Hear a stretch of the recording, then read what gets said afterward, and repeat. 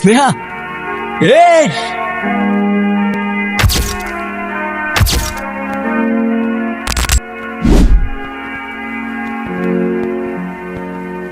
এই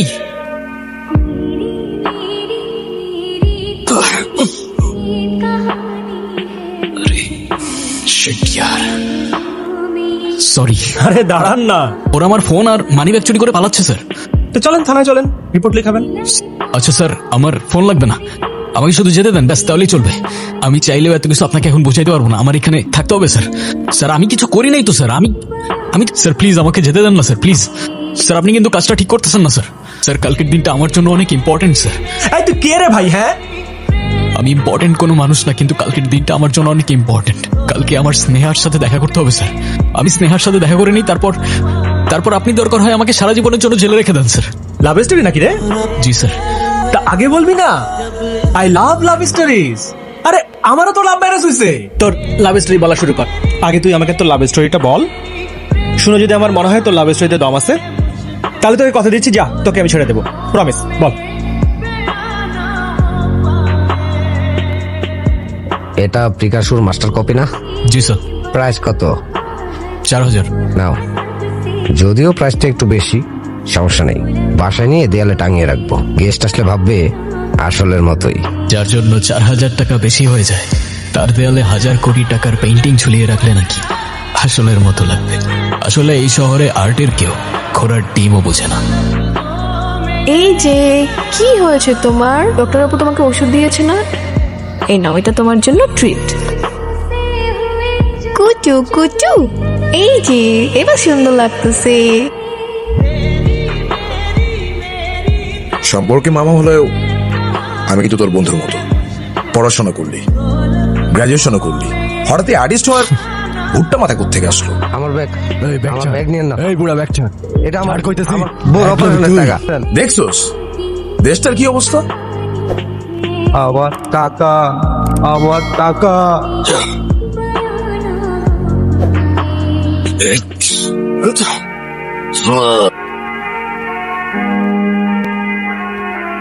কেমন শহরে থাকি আমরা, হ্যাঁ? একজনকে গলায় ছুরি ধরে ছিনতাই করে নিয়ে যাচ্ছে, আর আপনারা ভিডিও করছেন, সুযোগ পেয়ে তার টাকা কুড়িয়ে নিয়ে যাচ্ছেন। লজ্জা করে না? হ্যাঁ, দারুণ মনুষ্যত্ব আপনাদের। এটা খুঁজছেন? ও গড, এটা তো আমার। আপনি কোথায় পেলেন? গতকাল যাওয়ার সময় আপনি ডায়েরিটা ফেলে গিয়েছিলেন। ইট look like something close to your heart, so আপনি জানেন না, এটার মধ্যে আমার পুরো শৈশব আছে। বাবা মায়ের কত পুরনো ছবি, আমার এখন পর্যন্ত সব বার্থডে ফটোজ, আর কত কি। নাম কি ওর? ও, ওর নাম Fiona. Hi Fiona. Fiona, say hi. আপনি কি আর্ট করেন? ইয়া, কাম আইল শো ইউ। পেইন্টিং এর ব্যাপারে আমার ঠিক তেমন আইডিয়া নেই, বাট অ্যামেজিং। আমার তো ইচ্ছে করছে সবগুলো নিয়ে যাই বাসায়। So you sell them or? Oh yeah, I sell them, but I can give you one for free if you want. আমাকে ফ্রিতে দিলে আপনি আর্নিং করবেন কিভাবে? একটা ফ্রিতে দিয়ে দিলে আমার কোটি টাকা লস হয়ে যাবে না, রাইট? আমার একটা ফ্রেন্ড ওই ক্যাফে ডেকোরেশনের জন্য কিছু অ্যাস্থেটিক পেইন্টিং খুঁজছিল। আপনি চাইলে আমি ওর সাথে কানেক্ট করে দিতে পারি। Pleasure doing business with you. For free? হ্যাঁ, Yeah, for free. এই ঘরে কি মানুষ থাকে নাকি ভূত পেট না থাকে? পাশের বাড়িতে কাম করতে গেলে অন্তত 2 মুঠো হইলেও খাইতে দেয়, আর এখানে কথা বললেই খালি সবাই চিল্লায়। এই ময়না, চুপ করো তো। একে তো চেঁচামেচি করতেছো, তার উপরে এত শব্দ করতেছো কেন? ঘুমাচ্ছি তো আমি নাকি? ব্রেকফাস্টে কি বানাইছো সেটা বলো। আলু ভাজি করছি, পুইরা গেছে। 2টা রুটি বানাইছি, তাও ডিম নাই। আমি গতকাল রাতেও তো ফ্রিজে দেখলাম এতগুলো ডিম। জি ভাই, এখন কোন ভূতে খাইছে না হয় আমি চুরি করছি? কোন আমি চুরি করে নিয়ে গেছি? এদিকে আমার কিছু পেন্টিং রাখছিলাম, দেখছো ওগুলা? এগুলাতে আমি ময়লা বাইবা ফালাইয়া দিছি। ময়নার বাচ্চা। ওয়াল্লা গো, আরে কি হয়েছে? সমস্যাটা কি? ও আমার সবগুলা পেন্টিং ময়লার ঝুড়ির মধ্যে ফেলে দিছে, সবগুলা নষ্ট হয়ে গেছে। ওরে যেন এই বাসার মধ্যে আমি আর না দেখি মামা। আমি তো লোকেশনে চলে এসেছি, রেস্টুরেন্ট খুঁজে পাচ্ছি না। ওইদিকে। এই ছোট লোকের বাচ্চা, গতকালকের মতো আবার যদি হয় একদম জায়গা মতো ভইরা দিমু। আজকে লবণ ঠিকঠাক মতো দিছস? সরি, ট্রাফিকে আটকে গিয়েছিলাম।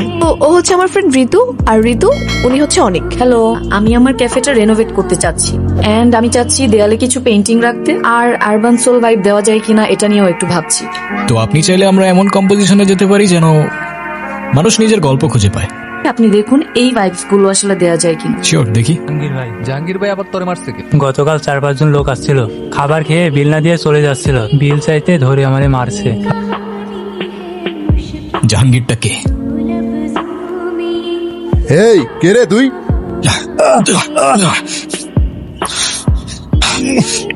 এই তোমার বিল কত? 1200 ভাইয়া। বিলে তবে পুরোটা দে। এই নাও, বাকিটা তোমার টিপস। আচ্ছা, কালকের ওই ছেলেটা কি আপনার কিছু হয়? কিছুই হয় না আমার। যখন ওর উপর হওয়া জুলুমটা দেখলাম তখন মেজাজ খারাপ হয়ে গেছে, আর যখন মেজাজ খারাপ হয়ে গেছে তখন মজলুমও আমার আর তার প্রবলেমও আমার। এরকম সিচুয়েশনে চুপ থাকলে নিজেকে কেমন যেন অপরাধী মনে হয়। আপনার না মেডিটেশন করা উচিত। Don't Meditation? Worry, I will help you. ও ঋতুর পেন্টিং গুলো কবে থেকে করছেন? কালকে থেকেই শুরু করা যায়। তোমার মস্তিষ্ককে শান্ত করো যতক্ষণ না পর্যন্ত তোমার ভিতরে সব শব্দ থেমে যায়। যখন মস্তিষ্ক হয় নীরব, তখন তুমি দেখতে পাবে তোমার আসল সত্তা কি। তোমার ফুসফুসকে নিঃশ্বাস নিতে দাও, অনুভব করো জীবিত থাকার প্রতিটা মুহূর্ত। হ্যাঁ মানে আপনি বললেন আর আমার কষ্ট চলে গেল না? যায় নাই আমার কষ্ট, এখন কি করবেন আপনি?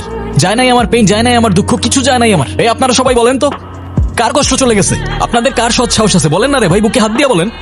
তোমার ভিতরে রাগ, ভয়, অন্ধকার জমে আছে। হ্যাঁ আপনি এত কিছু বুঝে গেলেন না? হ্যাঁ Anik please don't. Anik uncle I am sorry, আমি বুঝি নাই ওইভাবে রিঅ্যাক্ট করবে।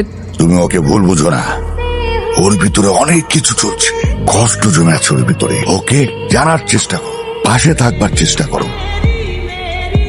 কাকে যাচ্ছেন? আমি স্নেহা, অনিকের ফ্রেন্ড। ওদের রুমে গেম খেলতেছে। না না, আমি আসলে আগে আপনার সাথে একটু কথা বলতে চাচ্ছি। আপনি অনিকের কি হন? আমি অনেকের মামা। অনেকের কি কোনো প্রবলেম আছে? ও না অকারণে অনেক রিয়্যাক্ট করে বসে, আমি বুঝতে পারি এটা আসলে ও না। আমার মনে হয় কেন জানি ওর ভেতরে একটা কষ্ট লুকিয়ে আছে। অনেক আসলে এরকম ছিল না, প্রায় 12 বছর আগের কথা। অনেক তখন রসুলপুরের একটা মফস্বল এলাকায় থাকতো। অনেকের বাবা তুহিন ছিলেন একজন ছোটখাটো বেকার। ভালোই চলছিল ওদের দিন, কিন্তু সেই বছর একটি বিদেশি কোম্পানি এলো তার সাথে কাজ করার জন্য। না না, এটা সম্ভব না। যে কোম্পানির উপর জীবনের সবকিছু দিয়ে ভরসা রাখলো, সেই কোম্পানি এক রাতে গায়েব হয়ে গেল। সব টাকা নিয়ে উধাও। টাকার জন্য লোকজন একের পর এক কল দিত, আর কোনো পথ না পেয়ে শেষ রাস্তাটাই বেছে নেন।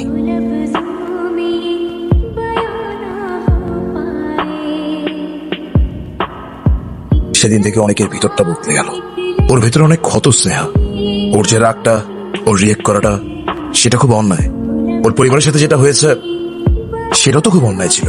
ওর ভেতরে এত কিছু লুকিয়ে থাকতে পারে আমি কখনো বুঝতেই পারিনি। অনিক,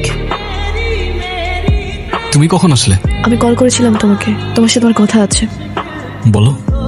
তুমি হঠাৎ করে যখন আমার ফ্রেন্ড হয়ে গেলে, আমার তোমার প্রতি কোনো ইমোশনস ছিল না। এখন যখন আমি তোমাকে... এক মিনিট, আমি তোমাকে কিছু কথা বলতে চাই। দেখো তুমি হয়তো জানো না, আমার পরিবার বলতে তেমন কেউ নাই, বাকি সবার মতো নর্মালও না আমি। আমি জানি তোমার বাবা মা মারা যাওয়ার পর থেকে তুমি এরকম হয়ে গেছো, সেটাও জানি। মামা, এত কিছু জানার পরেও তুমি... হ্যাঁ, এইসব জানার পর তো ভালোবাসা আরো বেড়ে গেছে। আমি যদি তোমার সাথে থাকি, তুমি তোমার এইসব ইমোশনস একটু কন্ট্রোল করতে পারবে না আমার জন্য? Thank you. শোনো, কালকে কিন্তু তুমি আমাদের বাসায় আসবা। বাসায় কেন? কেন আবার? আমার বার্থডে। আমি চাই আমার ফ্যামিলির সাথে কালকে তুমিও আমার পাশে থাকো।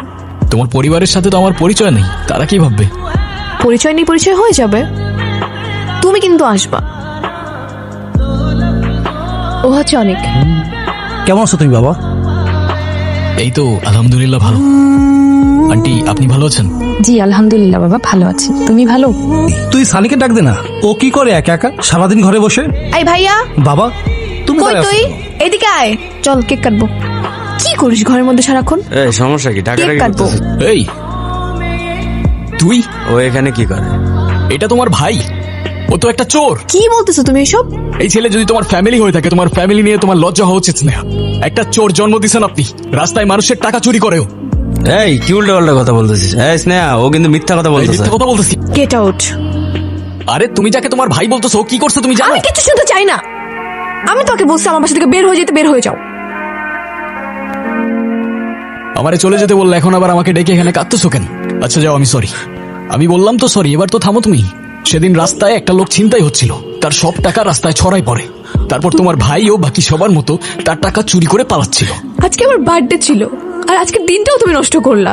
আমি ভেবেছিলাম আজকে তোমাকে আমার বাবা মার সঙ্গে পরিচয় করে দিব, কিন্তু সেইখানেও তুমি এরকম সিগারেট করছো। আসলে আমার ভুল, আমি ভাবছিলাম তুমি বদলায় গেছো। সত্যিটা হচ্ছে you are toxic and you always will be. তুমি তো এমনই, আর তোমার সব টক্সিসিটি কখনো যাবে না। 1 বছর আমি অস্ট্রেলিয়া চলে যাবো বড় আপুর কাছে। এই 1 বছরে আমি তোমাকে না করব ফোন না মেসেজ। যদি তুমি এই 1 বছরে নিজেকে চেঞ্জ করতে পারো, তাহলে 1 বছর পর ঠিক এই দিনে তুমি আমার সাথে এই জায়গাতে দেখা করবা। অস্ট্রেলিয়া মানে এত সব ডিসিশন কখন নিছো তুমি? আমাকে একবার জানাবে না তুমি? ভালোবাসার মানুষ জীবন থেকে হারিয়ে গেলে হয়তো সময়ের সাথে সব পরিবর্তন হয়, তবে ভালোবাসার মানুষের অপেক্ষায় থাকলে বোধহয় সেই সময়টাই থমকে যায়। আর এভাবেই সময় গুনতে গুনতে চলে যায় 1টা বছর। এরপর এরপর এরপর তো স্যার 1 বছর চলে গেছে। আজকেই সেই দিন। স্যার আমার ফোন স্যার। স্যার দেখেন না স্নেহা কোনো টেক্সট করেছে কিনা। হ্যাঁ, দাঁড়াও দাঁড়াও দাঁড়াও, কল লিস্টে স্নেহার নাম আছে, আমি কল দিচ্ছি। হ্যাঁ স্নেহা, হ্যালো অনেক। থানা থেকে এসআই মনিরুল বলতেছি। আপনি?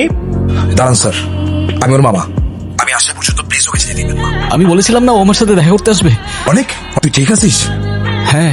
স্নেহা মেয়েটা এখন কোথায়? অনেক নিশ্চয়ই আপনাকেও স্নেহার গল্প শুনিয়েছে। ও এরকম মাঝে মাঝে হারা যায় স্যার, এক একজনকে স্নেহার গল্প শোনায়। তাই আমি ইচ্ছে করে ওর ফোনে আমার নাম্বারটা স্নেহা নামে সেভ করে রাখি, যাতে হারিয়ে গেলে ওকে খুঁজে পাই। আর স্নেহা নামে যে ছিল সে এখন আর নেই। নেই মানে? এতক্ষণ ধরে আমি যে স্নেহার গল্প শুনলাম সেগুলো সবটাই সত্যি, শুধু শেষের অংশ বাদে। চলে যাবার 1 বছর পর স্নেহা ঠিকই ফিরে এসেছিল, কিন্তু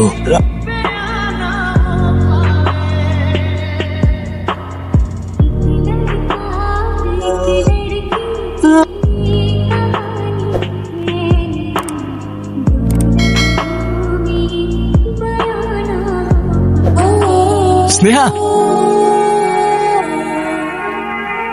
এই